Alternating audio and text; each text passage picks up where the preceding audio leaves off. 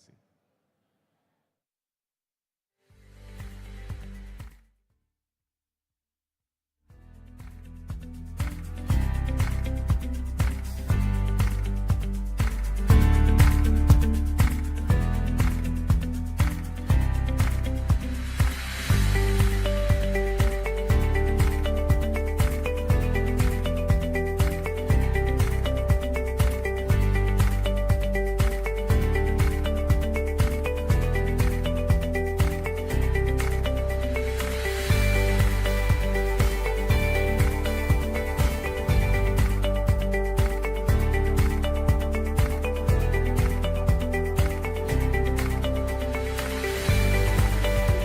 Selamat datang di Fakultas Kesehatan Masyarakat Universitas Jember.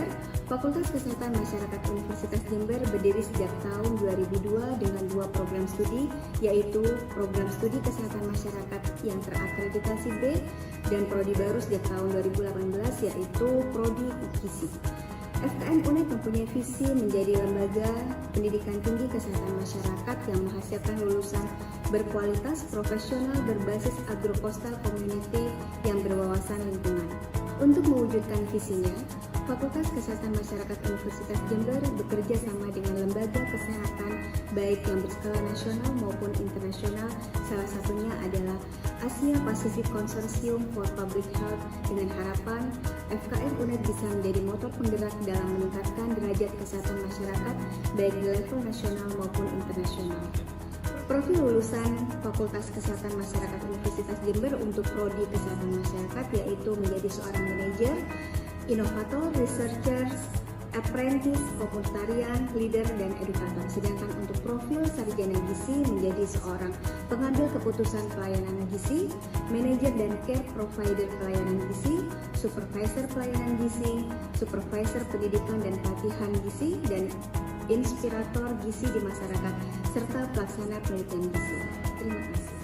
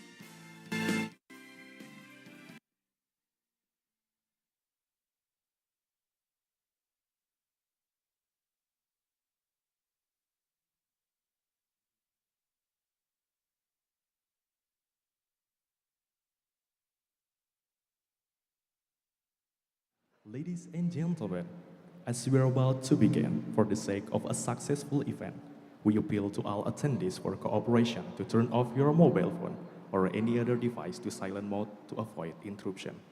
Thank you for your kind cooperation and attention. Before the event begins, we will show a video introductions of the Faculty of Public Health, University of Jember, and an introduction to the Public Health Agro-Coastal Community Conference in conjunction with the Health Student Agro-Coastal Community Conference. Ladies and gentlemen, we beg for your attention to the video carefully.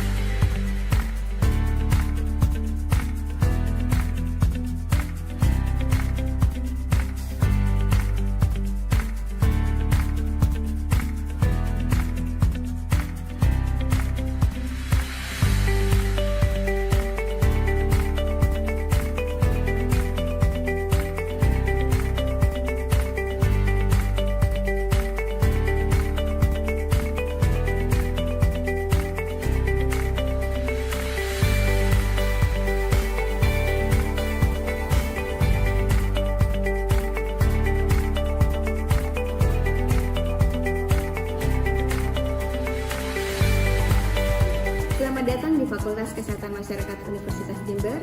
Fakultas Kesehatan Masyarakat Universitas Jember berdiri sejak tahun 2002 dengan dua program studi, yaitu Program Studi Kesehatan Masyarakat yang terakreditasi B dan prodi baru sejak tahun 2018, yaitu prodi Gizi. FKM UNEJ mempunyai visi menjadi lembaga pendidikan tinggi kesehatan masyarakat yang menghasilkan lulusan berkualitas, profesional, berbasis agro-coastal community yang berwawasan lingkungan. Untuk mewujudkan visinya, Fakultas Kesehatan Masyarakat Universitas Jember bekerja sama dengan lembaga kesehatan baik yang berskala nasional maupun internasional. Salah satunya adalah Asia Pacific Consortium for Public Health, dengan harapan FKM UNEJ bisa menjadi motor penggerak dalam meningkatkan derajat kesehatan masyarakat baik di level nasional maupun internasional. Profil lulusan Fakultas Kesehatan Masyarakat Universitas Jember untuk prodi Kesehatan Masyarakat yaitu menjadi seorang manajer, inovator, researchers, apprentice, komputarian, leader, dan edukator. Sedangkan untuk profil sarjana gizi menjadi seorang pengambil keputusan pelayanan gizi, manajer dan care provider pelayanan gizi, supervisor pelayanan gizi, supervisor pendidikan dan pelatihan gizi, dan inspirator gizi di masyarakat, serta pelaksana penelitian gizi. Terima kasih.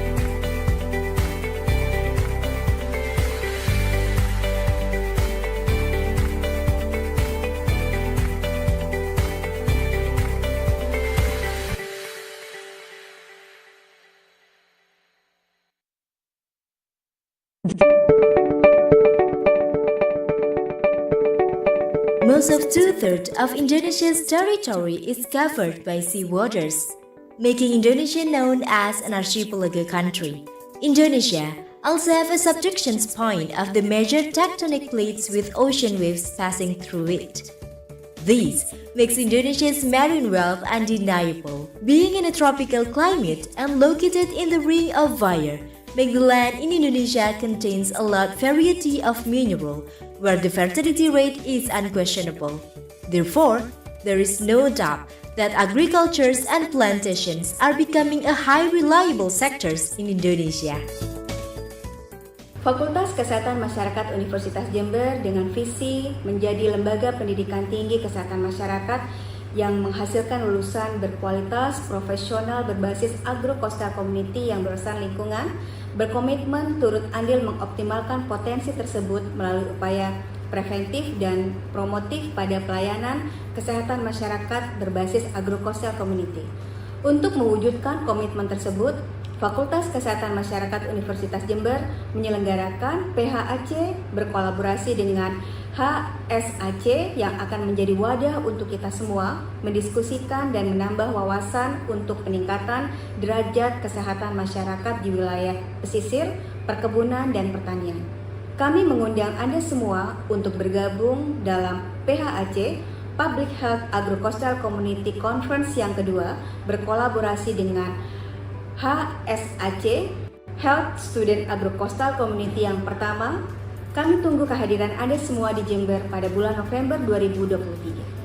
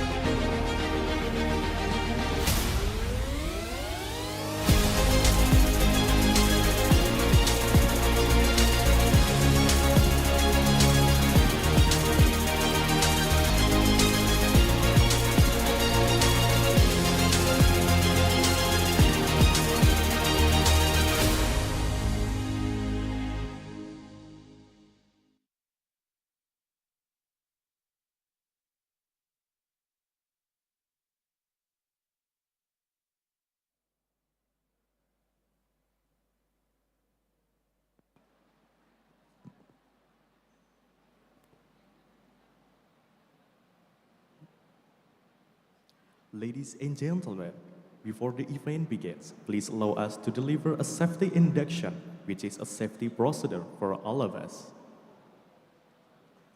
We are currently in the Soetardjo building. The building itself is occupied with 5 entrance points that can be used as exit ways in case of emergency. Where the 3 of them are placed on the west side of this building, and the other 2 is placed on the south side of this building as the main entrance.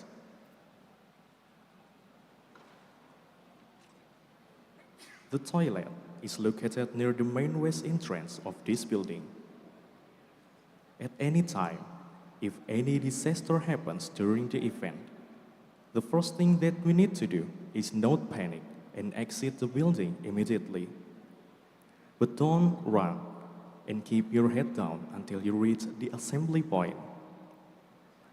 Also take note that today we will not be holding an emergency response simulation. So if you get direction to evacuate the building, please do as follows orderly and stay calm. That's all for the safety induction briefing that we can do. Hopefully, this event will run smoothly until the end of the agenda.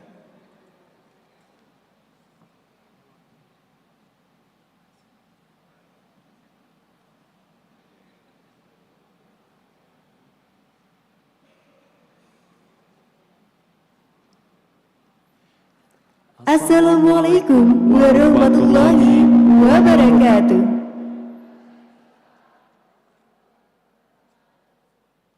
Good morning and best regard for all of us. First of all, we thank the Almighty God for His mercy and grace so that we can attend in the event Public Health Agro-Coastal Community Conference in conjunction with the Health Students Agro-Coastal Community Conference, Faculty of Public Health, University of Jember, in a good condition. Ladies and gentlemen, before we begin, allow us to introduce ourselves. I am Muhammad Rafli Jatnika and my partner, Rizky Amelia Firdaus, as today Master of Ceremony. We'll be reading our agenda in the event Public Health Agro-Coastal Community Conference in conjunction with Health Student Agro-Coastal Community Conference Faculty of Public Health, University of Jember.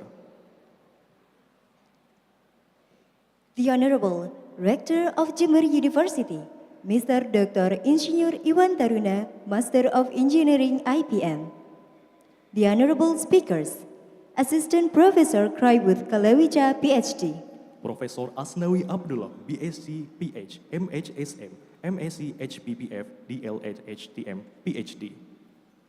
Febi Dwi Rahmadi, B.Sc.PH, M.ScPH, Ph.D. Dr. Chandra Bumi, Dr. M.Sc. The Honorable distinguished guests and delegates, esteemed conference committee, and our beloved participants who are here and on Zoom. The schedule of event is as follows. Opening, welcoming speech by Chairman of the Committee, Dean of the Faculty of Public Health, Rector of Jember University. First main session, coffee break, second main session, and closing. Ladies and gentlemen, going into the first agenda, that is opening. Let's open this event by saying Basmalah together. Bismillahirrahmanirrahim.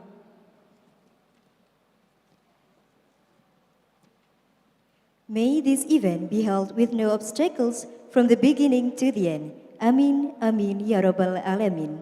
The following agenda is singing Indonesia National Anthem, Indonesia Raya, and the University of Jember Hymn. To the committee in charge, we invite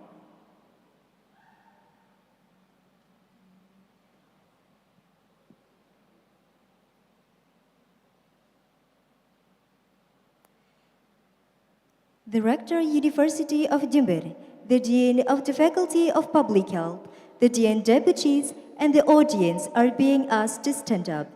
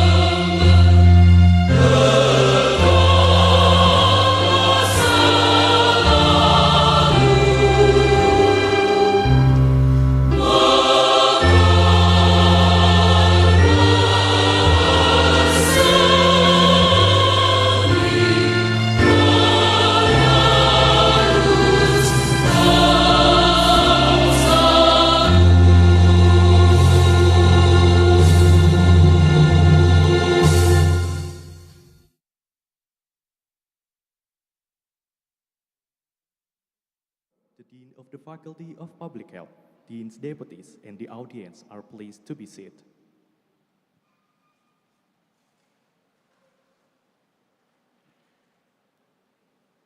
The following agenda is welcoming speeches. The Chief Committee, Mr. Dr. Anita Dewi Prahastuti Sujoso, S.KM M.Sc, will deliver the first speech. Time is yours.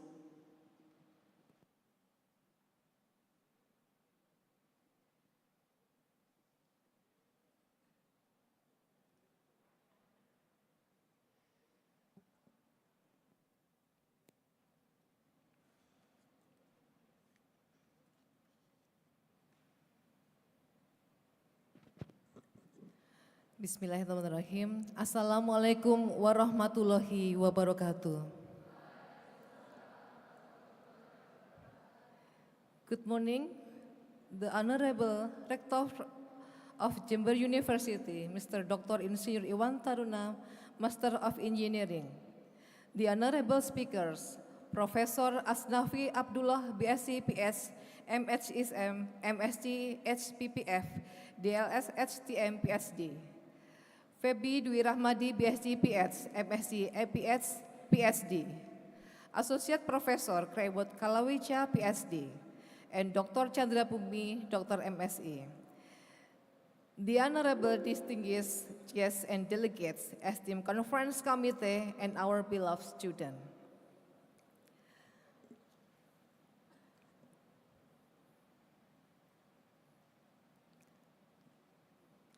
A warm welcome to the second Public Health on Agro-Coastal Community Conference here in Jember, East Java, Indonesia. As the chairman of the second PHAC committee, I am honored to welcome you.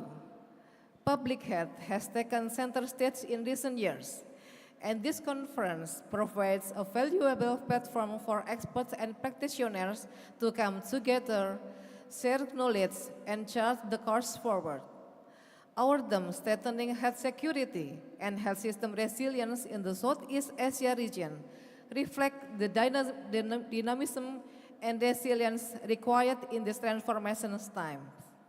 I'd like to express my heartfelt gratitude to the leadership of University of Jember, our sponsors, and the tireless organizing committee for their invaluable support in bringing this conference to life. We do hope that everyone, including stakeholders and the participants, will release their time in Jember. In addition to meaningful discussion, we anticipate fruitful collaboration that will undoubtedly influence to the future of the public health in the Southeast Asia region.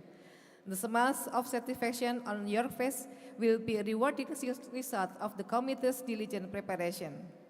I encourage you all to make the most of this opportunity, network, learn, and inspire a change. Together, we can transcend challenges and build a healthier and more resilient future for our communities. Thank you. Wassalamualaikum warahmatullahi wabarakatuh.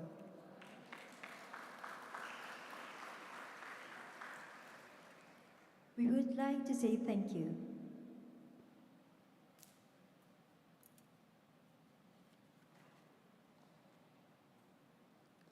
The Dean of the Faculty of Public Health, University of Jember, Mrs. Dr. Farida Wahyu Ningtyias, S.K.M. M.Kes, will deliver the second speech. Time is yours.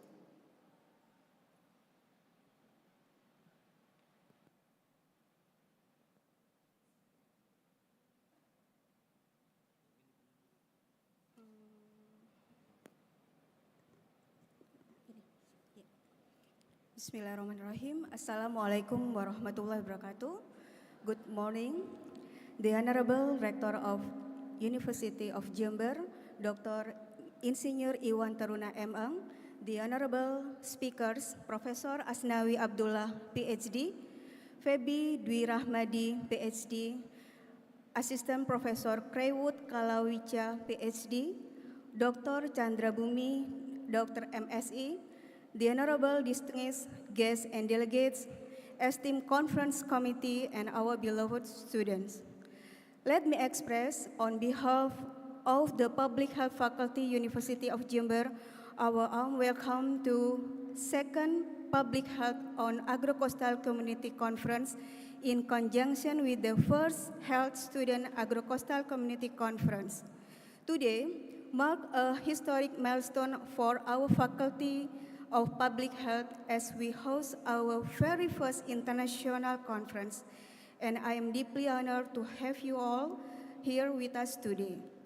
The topic of this conference is Global Health Issue, Challenge, Impact, and Management Health System Development, the critical role that public health play in safeguarding the well-being of our communities.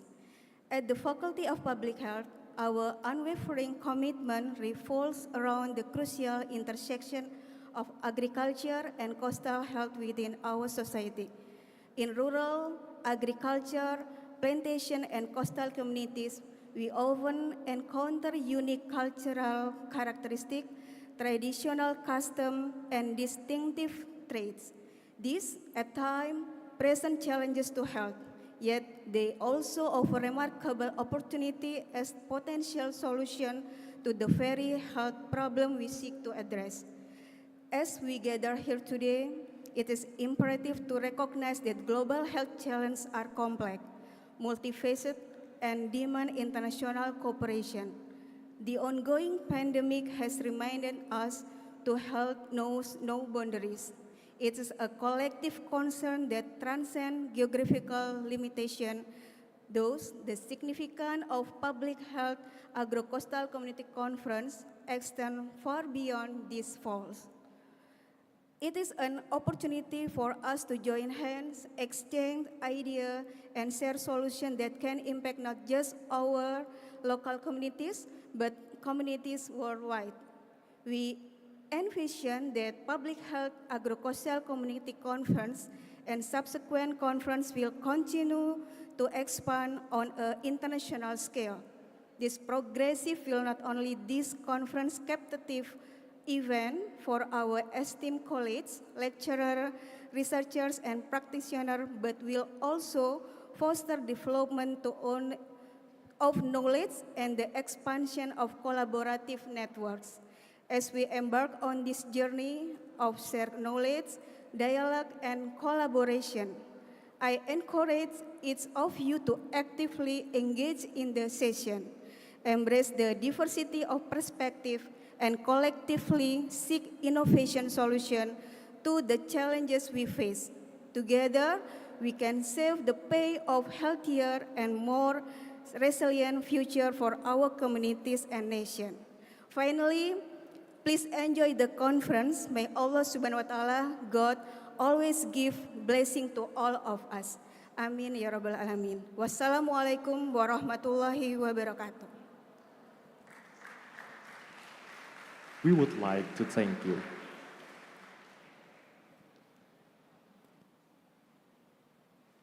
The last keynote speech, along with the introductions and urgency of the activity as a solutions to the challenges of the global health system by the Rector University of Jember, we kindly invite Mr. Dr. Engineer Iwan Taruna, Master of Engineering IPM.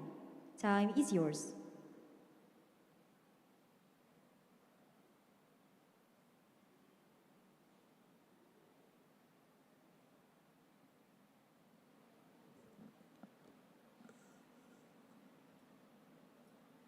Bismillahirrahmanirrahim. Assalamualaikum warahmatullahi wabarakatuh. Very good morning, distinguished guests, honorable speakers, and esteemed faculty, faculty member, dear students, ladies and gentlemen. Alhamdulillah wa syukurillah for the blessing of the Allah subhanahu wa ta'ala. So that today we can be here in very good condition to join the second Public Health and Agro-Coastal Community Conference in conjunction with the first Health Student Agro-Coastal Community Conference. On behalf of the University of Jember, it is of course my great honor to welcome you to this event that This event is organized by the Faculty of Public Health, University of Jember. My deepest gratitude I'd like to deliver to the chairwoman of this conference, Ibu Dr. Anita. Yeah, I think Bu Anita and her teams has contributed very hard work so that the event today become a reality. And also our thanks and appreciation to the Dean of the Faculty of Public Health, Ibu Dr. Farida. Yeah, I think she has initiated and supported this conference very well. Moreover, I'd like to extend a special welcome to our prominent speakers who will be presenting and discussing the topics related to this conference. The Master of Ceremony says this topic, the topic of our conference about the global health issues, the challenges, impacts, and management health system development. And we are very honored and happy today. Later on, we will have Professor Kraiwuth from the Chulalongkorn University, and then Bapak Febi, Ph.D. from the Griffith University, Australia, and of course, our special guest, Professor Asnawi, the President of the Higher Education of Public Health Indonesia. He is from Aceh, it's very far from here. Thanks for your coming here, sir. And then from our university, there will be Dr. Chandra Bumia. Sometimes I forgot the long name of Dr. Chandra. All right, to all honorable speakers, please accept our greeting and thanks for your attending to this event to share your knowledge and experience. To all participants, I hope you all enjoy the exciting speakers to come. Dear student participants, ladies and gentlemen, before we begin into the heart of this two-day conference, I would like to take a moment to reflect on the significance of this event in our future life in the world. We knew that the challenges in the global health system are significant and require the urgent attention from us, especially, I think, from the people, who has special expert in public health system. Every country has been aware recently about it, and it is therefore very important to address these challenges through various activities and solutions. So far, we can identify several challenges in the global health system that we are facing. What we call it like infectious disease. This is the challenge we face today. The spread of the infectious disease like a pandemic a moment ago, highlight the need for a more coordinated international response. Secondly, we still face health inequalities. It means that disparities in healthcare access and outcome exist both within and between countries. Addressing these inequalities also very important. Not just every country, even in our country. Addressing the disparities between the region also is our attention. It's very, very essential, need a very essential attention from us. And then aging population that may not, so far not happen in our country, but many countries are facing the challenges of an aging population, which puts pressure on healthcare system and long-term care services. And then another one is non-communicable diseases. Conditions like heart disease, diabetes, and cancer are recently the rise, and prevention and management strategies are needed. And healthcare infrastructure, many regions also lack adequate healthcare infrastructure and resources. Yeah, this is the challenge that we are facing today and maybe in the future. So to address these challenges, activities and solutions that we can do, first, international collaboration. Strengthening international collaboration is, I think, a very important way that we should choose. So, strengthening international organizations like WHO to coordinate global responses is very important in this global. And then universal healthcare, expanding access to quality healthcare for all, regardless of income or location. It is also one of the solutions that may we choose. And then preventive health by promoting healthy lifestyle, vaccination, and early disease detection to the people. Research and innovation, health education, healthcare infrastructure development also. This is very important because all these solutions and activities depend on the government policies.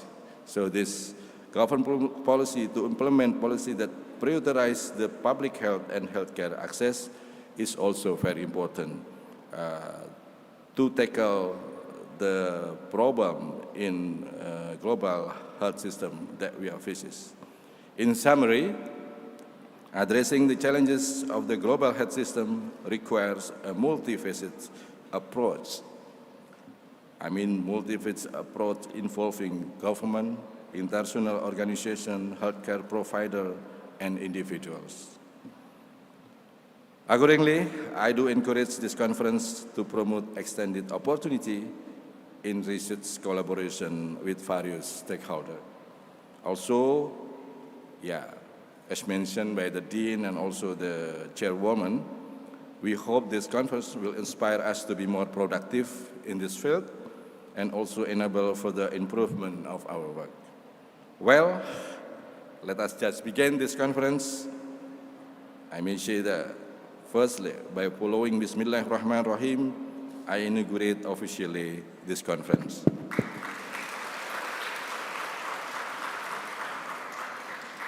Last but not the least, on behalf of the University of Jember, I'd like to sincerely apologize should there be inconvenience that occur before, during, or after this event.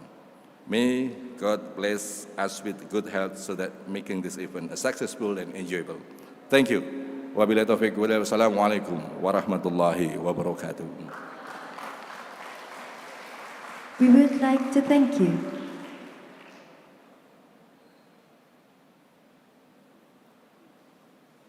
Rector, Dean Deputies, and distinguished guests are requested to come forward to conduct a documentation session.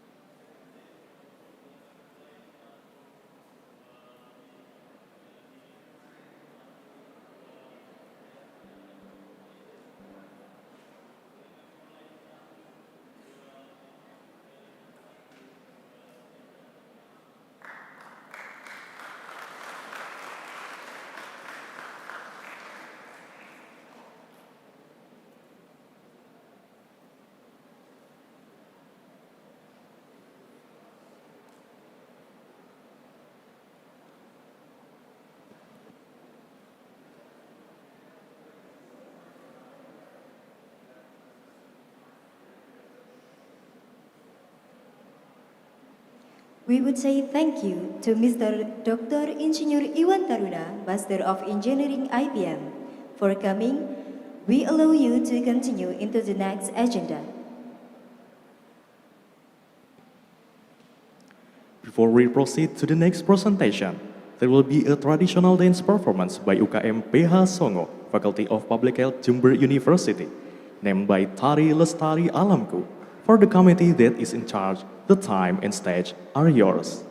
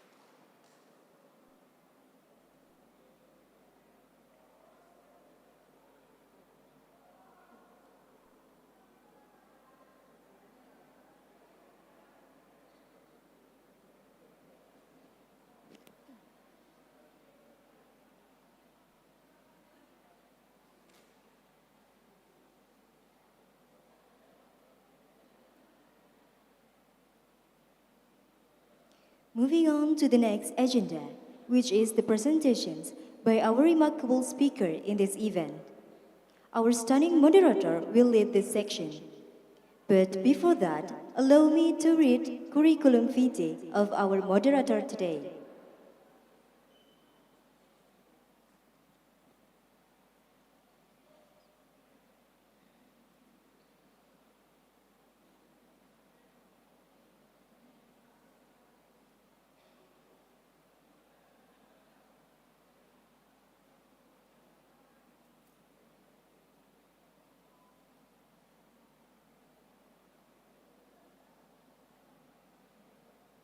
Our stunning moderator's name is Mrs. Dwi Martianawati, SSc, M.Sc. You can contact her by email at dmartiana@unej.ac.id. Mrs. Dewi is now working at Faculty of Public Health, Jember University. Her competencies are researcher and statistician. She has completed her bachelor's degree at Institute 10 November in 2022 and has completed her master's degree at Institute 10 November in 2006. Her professionals are publications of 2 national and 1 international journals in 2017 until 2021. Healthcare in the pandemic era, the new normal in 2021. Writing guidelines scientific in 2019 and much more. All right, without further ado, Mrs. Dewi Martianawati, SSc, M.Sc. The time and stage is yours.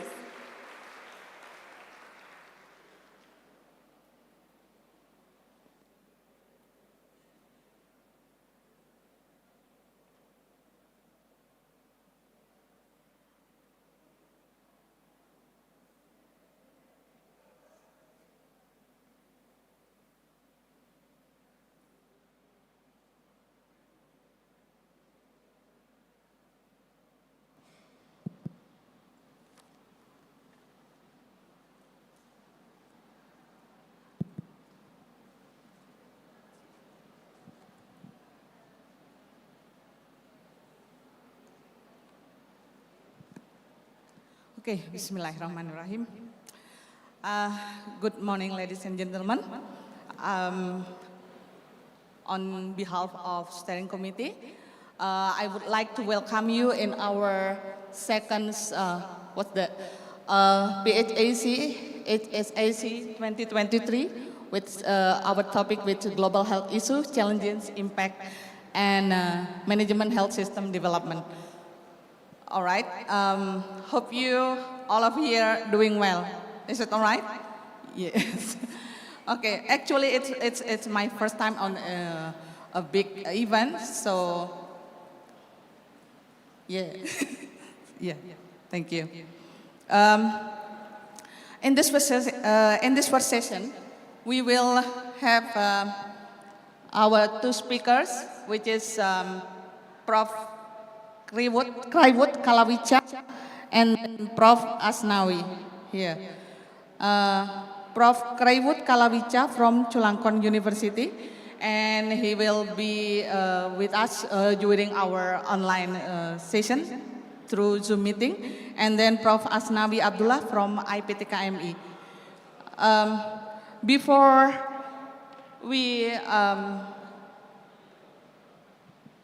they present their paper, I would like to read their brief profile. And then for the first speaker, we will have Prof. Kraiwuth Kallawicha. He comes from Chulalongkorn University, Thailand. Is he with us here right now? Already with us here? Maybe in a Zoom.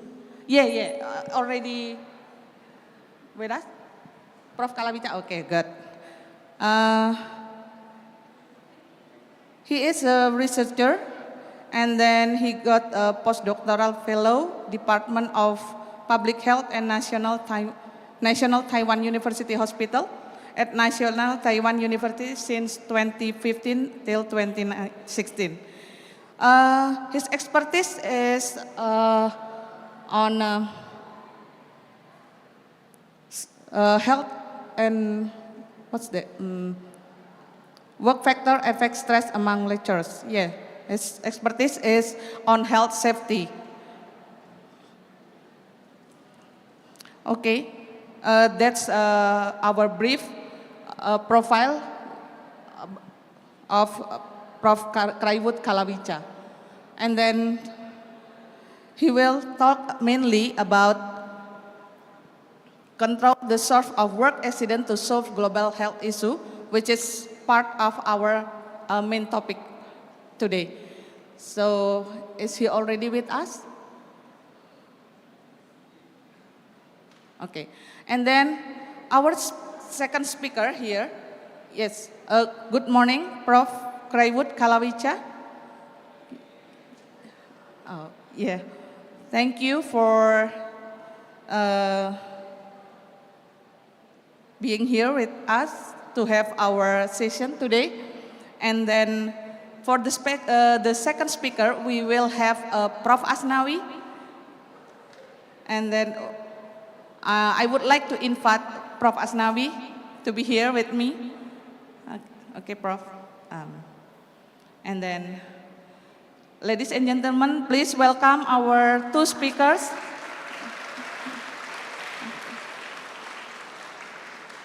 Okay. Morning, Prof. And sorry, Prof. Prof. Kraiwuth, tapi jenengan diminta untuk bersama dengan saya di sini. Jenengan diminta untuk bersama saya di sini enggak? Iya. That's okay. Okay. Without any further ado, we will we will have our first speaker to give to give his findings here. Prof. Kraiwuth, it's already with us? Yep, okay. Prof. Kraiwuth Kallawicha, yes, time is yours right now. Okay.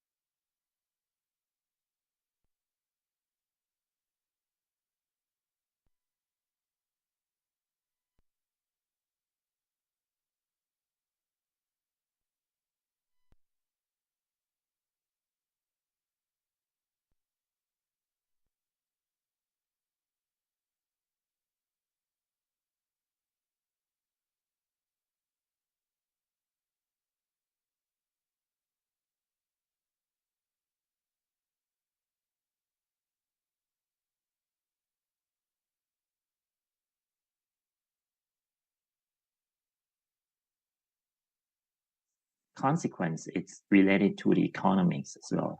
But this economy is not just only for individual level, but it's of course related to the societal level. Okay.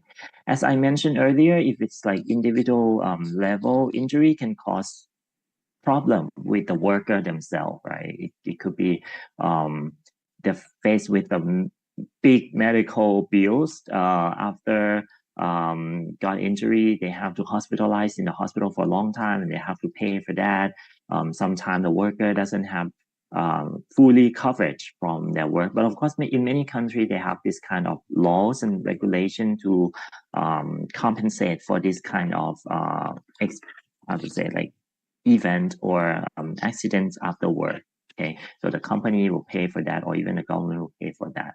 But if they cannot work properly anymore after that, then they may have to change the job or change the position. Their wages, their salary may be reduced, of course, reduce their quality of life, cannot really work properly like before the accident or before the injuries, okay? And the employers may also experience the increase of insurance costs and productivity losses as well, because in many countries, they have a kind of regulation that if your work have cost more, have highly chance that the workers will get accident or get injuries from their work. The employers may have to pay more for the occupational tax, for the workers' tax to cover the health of their workers in the company or in the factories. Okay, if for example, if you may have seen some kind of the work that have like worker cleaning the window on the very tall building, like the very, very tall building, the worker has to clean the window or do something like in the high floor. So the company have to pay more tax, more health insurance to cover on that. Instead, those kind of like normal job or normal work, the company may have just to pay only like additional social security costs payment for the workers like that. Okay, and of course, they will lose their productivity in that company. But what about in the societal level? The countries in the large pictures may bear with a burden healthcare cost.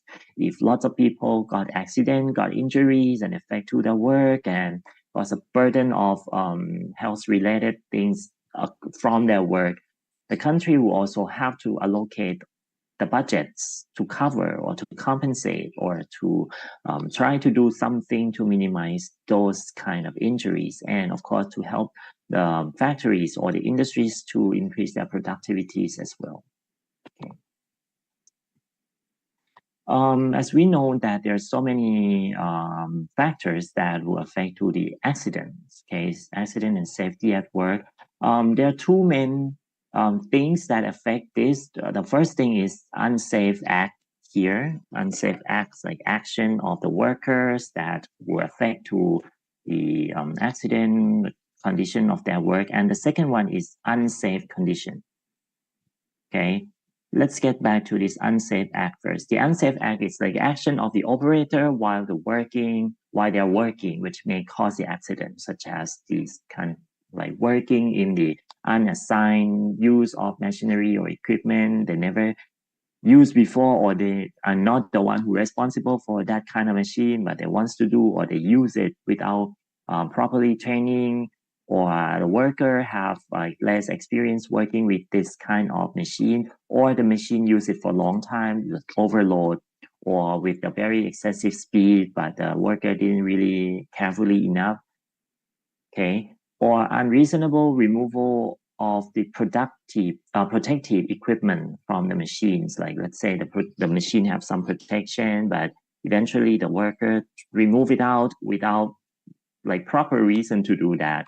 Okay, that may cause also injury resulting from the machine. Okay, or the machine may be too old, working for a long time, using the damaged or improper equipment, not paying attention to the instruction or safety guideline. This is very important. Okay, not paying attention or instruction to the safety guideline. Like people may think that, okay, they're working here for a long time, they have some experience working with this already, but they didn't really pay attention to the guideline before using the machine or before they start to work. okay, with the feeling of like, okay, I'm familiar with it, no way of accident or no chance or very less chance of accident. But eventually when it's really happened, they don't know what to do with that situation because they feel like they are okay with that. They are expert with that already, okay?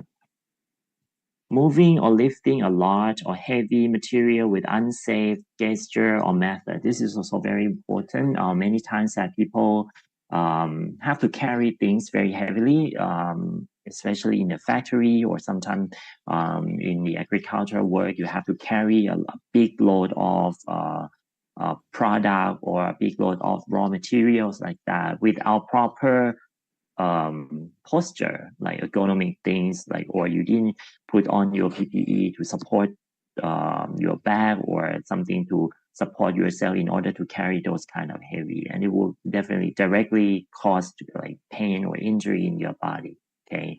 And the other thing is also very important is that they're not wearing PPE, okay? It's very important.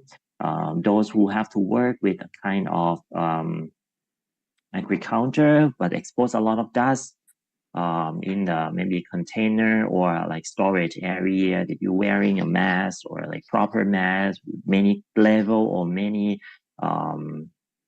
level of protection. Like, do you use the right protection level to cover yourself, or did you wear a coat or gown or protection cloth when you're using chemical or pesticide during the agricultural work or not, like that. And the other thing is this one, being pranked while working. It's also very important. If you have watched the YouTube or Twitter video, like short video clip, many times that you will see that the accident in the factory or in the company, it's happened by pranking with their friends, their colleagues, like playing with them. But unfortunately, those kind of playing or pranking will cause some accident, okay? From here in this picture, you can see that there are many actions that can cause the accident or injury into the work. See, slip and fall from the height, or staying or standing in the wrong place, or lifting something heavily, or you did not put things to cover your head in wearing the helmet properly, or use a bare hand to carry the like electric wire or something like that, or like this one very see it very often, they like fall there's ladders or staircase like that, okay? Even sitting in the office, see office work, that sitting with a sliding chair with a wheel, if you're not sitting properly, or you're, let's say, too heavy or like moving in proper way, then it may fall. Even you just sitting in the place that you never think that it will happen, injury will happen from just sitting in the office, okay? The other one is unsafe condition. This condition is more or less related to the working environment, okay? Unsafe environment surrounding by the worker while they're working, okay? This is also very important as well, but sometimes this kind of condition we cannot deal with it because it's something that it's, how to say, more than we can do. But of course, if we can change or we can adjust those kind of environment, that will also good for our health as well, okay?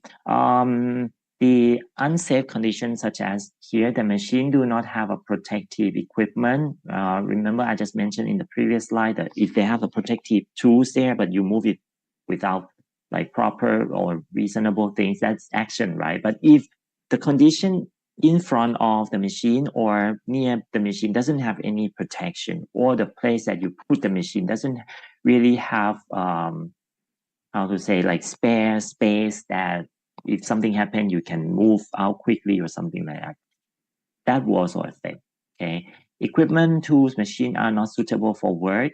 Improper works area, it doesn't have lights, doesn't have exit way or emergency way to go out if something happened, or improper storage of materials, dangerous chemical or flammable substances you put together. You didn't have any separate places to put all kinds of chemical, but instead you put things together.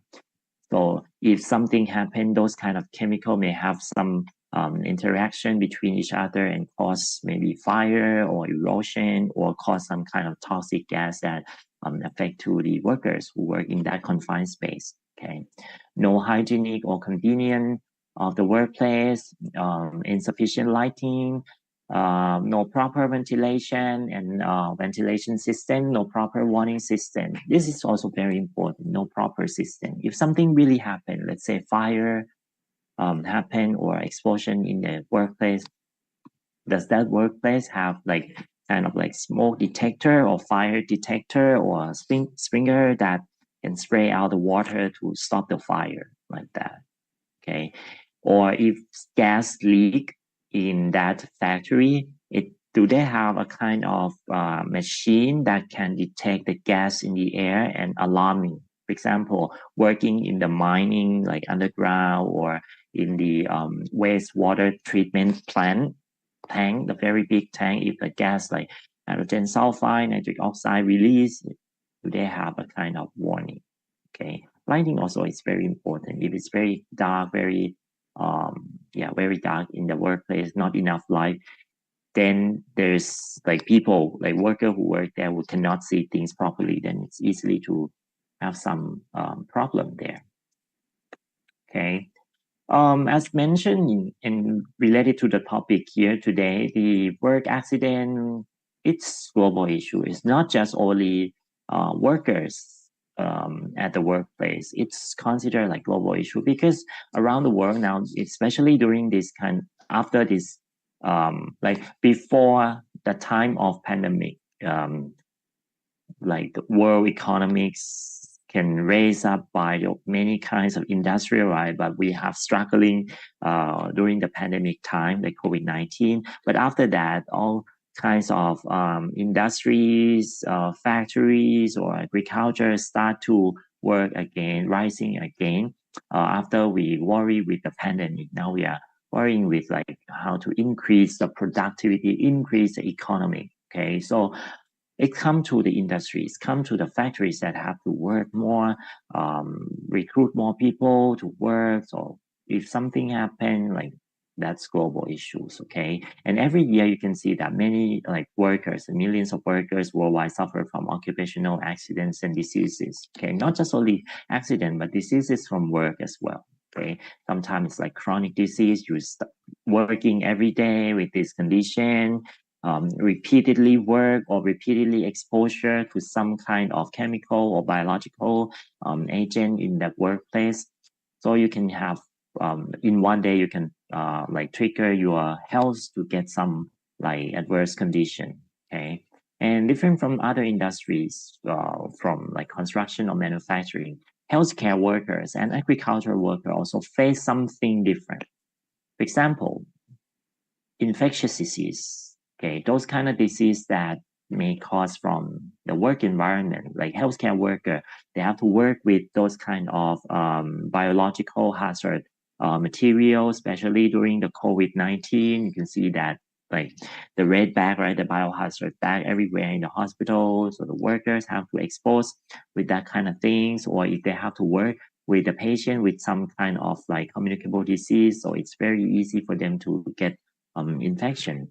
And agriculture, in many agriculture work, you will expose a lot of organic materials. For example, the organic dust from rice grain or bean, or like when you're harvesting plant or crops like that, you expose a lot of organic dust. You may have some exposed to and will cause some lung exposure, lung problem. Kind of toxin and toxic bioaerosol, mycotoxin in their words like that, or work in the farm, chicken farm, pig farm, that you have to expose to the biological agent there every day. Let me show you some data. Here is some number from Thailand. Work-related accident in Thailand. This report is in 2021. Sorry, some words in here are Thai, but I do translate in English that like with some keywords, so you can see that. with this work-related accident, like from this 100%, the majority of the accident is fire. Okay, fire at work.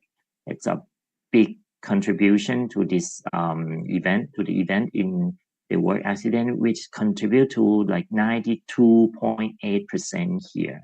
Okay, with this 5%, it's chemical spill and leak. Okay, with some 3% of explosion and machine and instrument. Okay, that's related to this work. So we can get more information from this Industrial Safety Technology Promotion from the Department of Industrial. Okay, what about this kind of injury? If you look at this report, the graph on the right side here, in 2019, right before the COVID time, most of the injuries, okay, accident injuries come from here, the construction section. Because before that time, Thailand, we have a lot of like new construction site, especially in Bangkok. If you come to Bangkok, you will see that a lot of new building coming, lots of workers have to work there. So people have like highly chance to get accident from the construction. Okay, and if you look at here, the type of construction that caused the accident or like fatal accident, see here, the blue one here, building home or residence, lots of condominium or flat apartment building in Thailand, very high floor, like 20, 30, 40, 50 floors in like building. So it has very high chance because they have to hire a lot of workers, and many workers are the migrant workers, maybe from Laos, from Myanmar, and some from Cambodia. So working in the construction site. Okay. The other thing is from the street and bridge and tunnel construction in Thailand, in Bangkok especially. We built a lot of MRT, the subway line, expand a lot of extension line, work in the tunnel underground, like because you have to dig down underground and make more tunnel to expand the BTS or the underground train.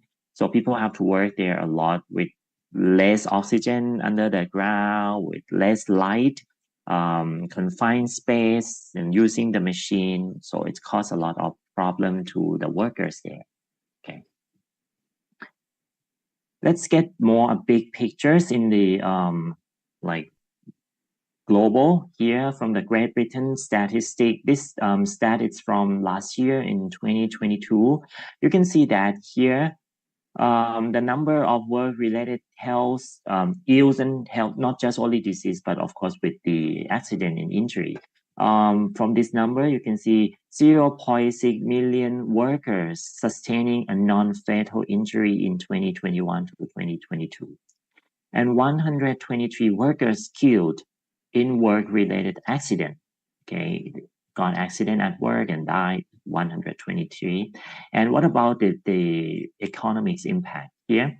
11.2 billion annual cost of new cases of ill health in 2019 to 2020, excluding long latency illness such as cancer, and about 18.8 billion annual cost of work-related injury and new cases of ill health, excluding long latency illness such as cancer, and 7.6 billion annual cost of work-related injury. You can see that it's contribute a lot, and it's have lots of impact, a very big impact on economy. Here is the data from Britain, like the whole Britain. Let's take a look deeper in the workplace injury. You can see that from the number that I just showed you, here is the type of injuries that workers have to got experience: slipped, stripped, or fall from the same level, handling, lifting, or carrying, struck by moving object, acts of violence, fall from height. See, slip or strip, it's like approximately contribute to 30% of all injuries, like non-fatal injuries from this like workplace injury survey. And if you look at here, here in this pie chart, you can see that the injury with over 7 days absent. See, it's very high. Okay, 74% injuries with up to 7 days means like when you got injuries, you have to be absent from your work. You have to take care of yourself, maybe hospitalized, or have to do self-care at home before you can be able to return to work. So 7 days of absence, that costs a lot of money, and you lost a lot of money as well by the worker side. Okay. Comparing to the European comparison, this is also have a very high impact as well. Rate of work-related fatal injury in large EU economies per 100,000 employees. You can see that in France, here in the country, France have a very high rate of work-related fatal injury, 3.07 incidents per 100,000 employees. Okay. Yeah, UK it's here, and here is France is a big number. Okay. What about in the US? Okay, US also have a problem as well. Here is the data from the US Bureau of Labor Statistics in 2021. You can see that the type of work that have contribute a lot for this kind of fatal occupational injuries is transportation. Okay, like driving a truck, or like from state to state, like that, car accident like that, or slip and strip. Okay, violence and other injuries from person or animal, contact with objects, or exposure in harmful substance, like chemical or kind of environment during their work, and with a fire exposure. Okay, and you can see that from this number, almost 2/3 or about 65% of deaths in agriculture work industry occur to the workers with age over 55 years old. Okay, older elderly workers that still work and cause a lot. They experience a lot of injuries and death during the time. Okay, because workers, like if they're getting old, not just worker, everyone here, including us, when we're getting old, our body, our physical or mental is changed, so it can contribute a lot. Okay, here the prevention, you can do so many things to prevent your work. You can see things like providing training, knowledge, empower, education to their workers will help a lot. Okay. Okay, yeah, with the 2 minutes left here, I will show you some data of my work here in Thailand about the elderly work in Thailand. We get a project that supported by the Thailand Occupational Safety and Health to work with the workers, the elderly worker, to help to survey whether what kind of job or what kind of accidents that happen to their work. Okay, so here we can see that like the ergonomics work. Okay, thank you, Prof. Thank you so much. From the chemical that they got a lot from their work, and we kind of developed the work.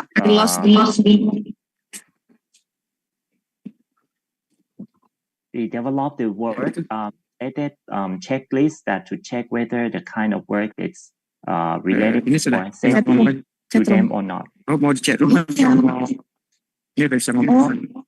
Sorry. What is it? Okay, maybe a few slides left here.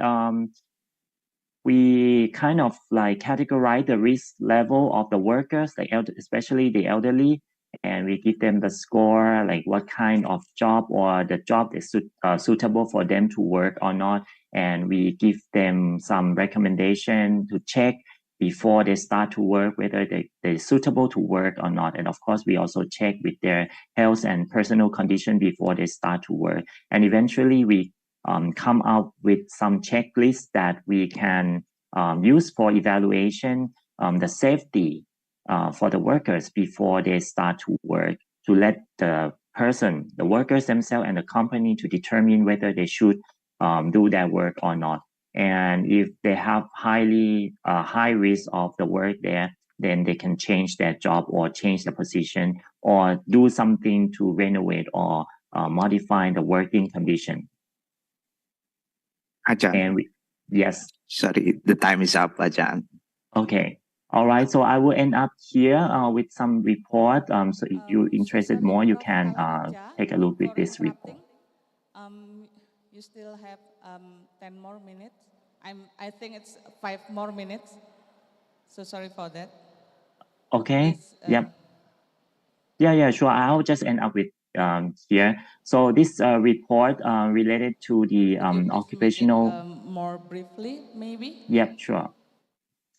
So this the last slide here to show the report. So if you're interested more related to this elderly occupational safety, you can go follow with this link and read. Of course, sorry, it's in Thai, but you may see some guideline of this work related safety and injuries, and maybe good as a guideline for you to develop some study in Indonesia and other countries when you have to work with the elderly. All right, so that's all. Sorry for taking too much time here. And anyway, we still have some time for discussion later. If you have any more questions, then you can ask later. Thank you very much.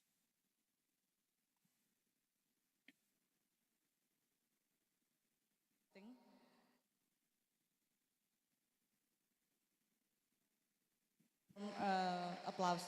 And that's our first speaker speech for his paper. From this, we know that work-related accident encompass a wide range of incident, and this also challenging for us on our management health system.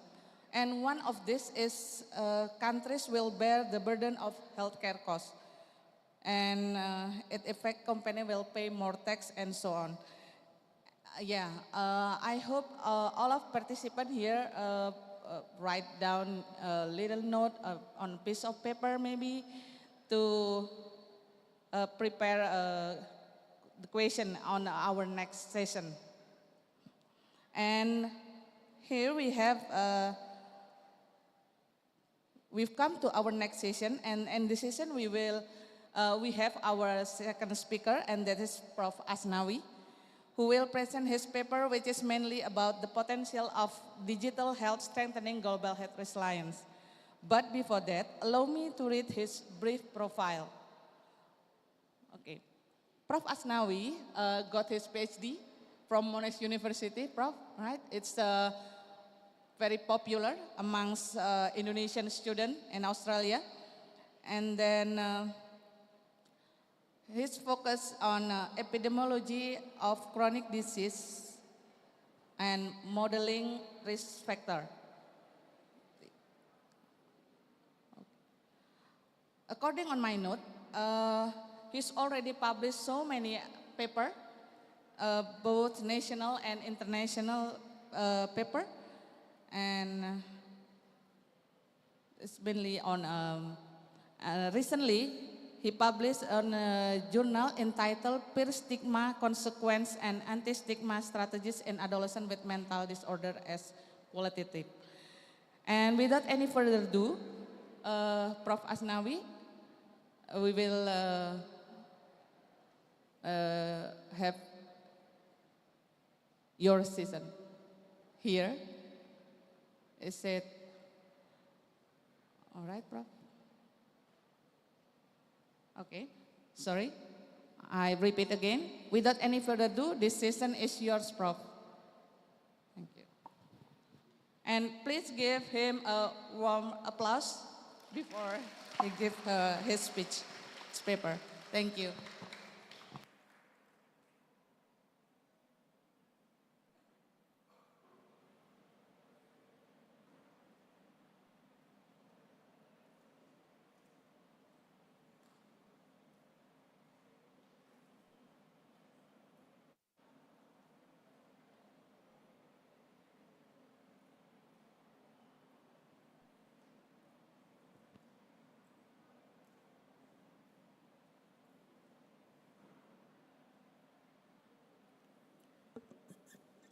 Thank you so much.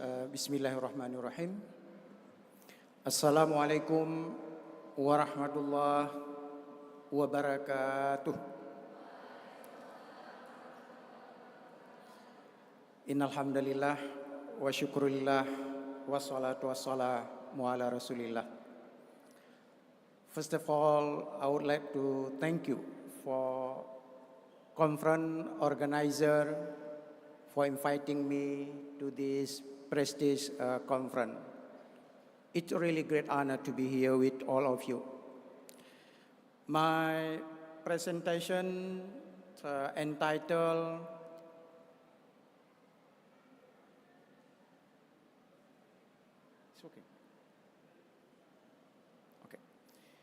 My presentation entitled The Potential of Digital Health for Strengthening Global Health Resilience. This is the objective of this presentation, to discuss how digital health could strengthen global health resilience. There are 4 sections of this presentation. The first one briefly discuss about the concept of resilience, and then how to prepare resilience of health system, and how digital health can strengthen global health resilience. And then the last section, we discuss some challenges related with health system resilience in the future. Let me brief intro with the first question, why global health resilience is matter.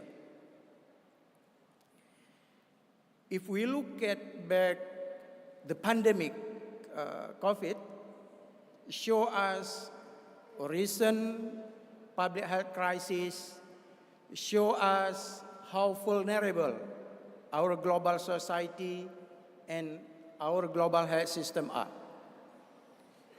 Global health system unprepared for big shock and public health disaster. Last year in G20, all leaders call for strengthening global health architecture in the future.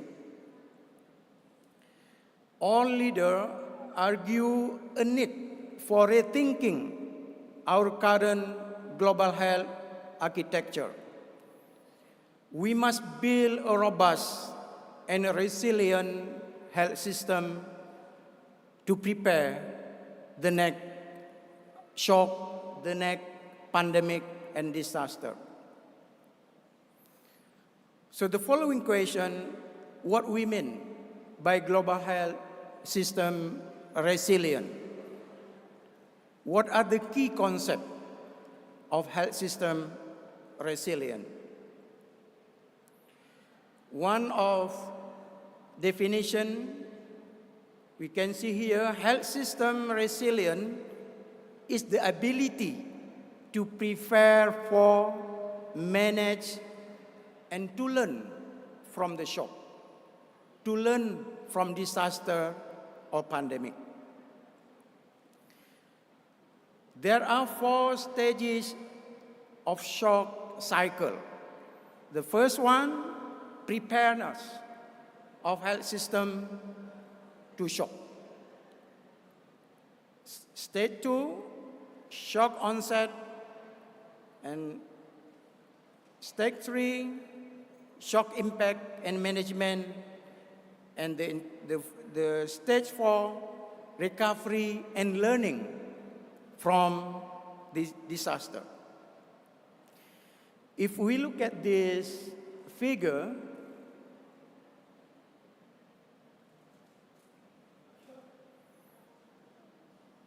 if we look at this figure, health system is resilient if system can minimize disruption during absorb and recovery stage. And a good health system able to recovery from the shock quickly and do or perform better compared with before the shock. So then we can define a health system is resilient if the system are able to minimize negative consequences of crisis, able to recover as quickly as possible, and adapt to become better performing and more prepared for the next shock or pandemic. Maybe some of you watched this Hollywood film, Deep Impact. So we need to prepare for big shock. We need to prepare. Our health system need to prepare for deep impact or sudden and extreme change which impact on our health system in the future. Prepare for the occurrence of shock, but this shock might not necessarily happen. Simple question I would like to ask you, what do you think the next big shock for the global health system that we need to prepare for in the future?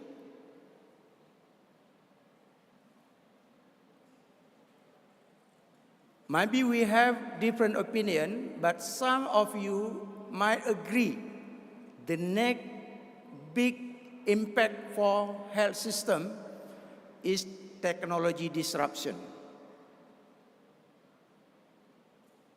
I'm sure some of you agree digital technology disruption will huge impact on our health system in the future.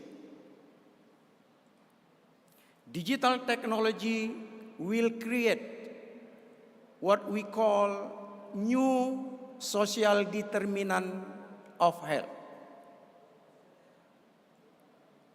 Digital technology will determine our health or our sickness in the future. That's what we call new social determinant of health.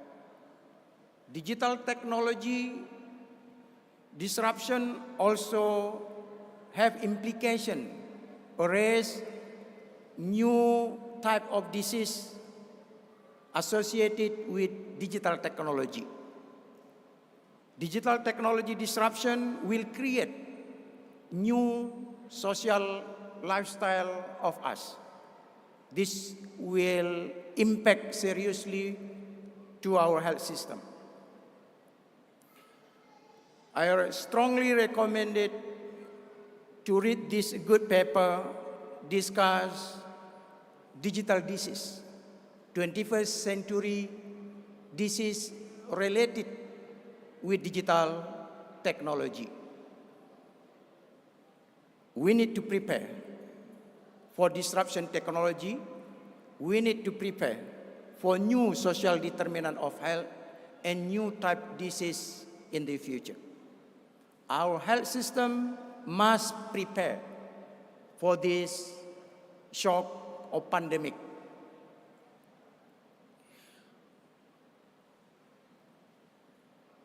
How our health system prepare for this new impact? This is the following question. What should we do to create more resilient of health system? This is some suggestion or discussion from me. Maybe some of you have different opinion. But I said the first one, we need to prepare health system that more focus on generation millennia and generation Z. which is our health system at the moment, lack of focus on this generation. If we want to prepare a resilient health system, we need to prepare our health system which focus on this generation. How our system develop to keep them healthier, to stimulate them to live in healthy lifestyle. This is need to prepare. And as far as I'm concerned, we are a little bit ignore our system, not give much attention on this generation at the moment.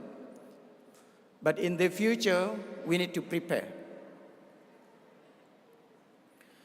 Why we need to focus on this generation? One reason, this generation mainly contributed to demographic dividend or bonus demography. If we want to harvest bonus demography or demographic dividend, our health system need to invest on this generation, generation millennial, generation Z. In general, this generation are healthier compared with the previous generation, what we call, some people call digital immigrant. And this generation, mostly native digital. They are more healthier. And how we create a system that able to keep them healthy until elderly age. This is a challenge for our health system. We need to prepare a strong and healthy health system that is able to tackle or modify any hazard or 21st century risk factor effectively. This is one of example 21st century risk factor, sedentary lifestyle.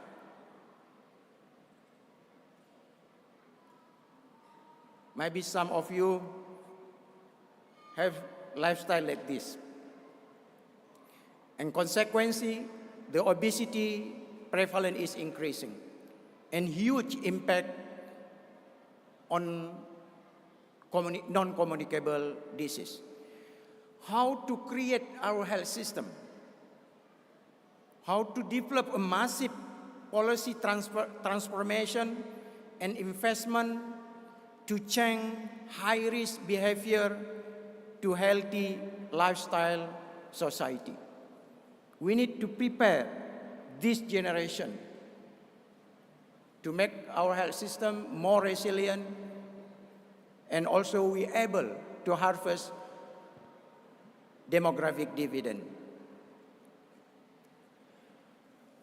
NCD, non-communicable disease, already responsible almost 80% of death of Indonesian, and most developed country more than 80%.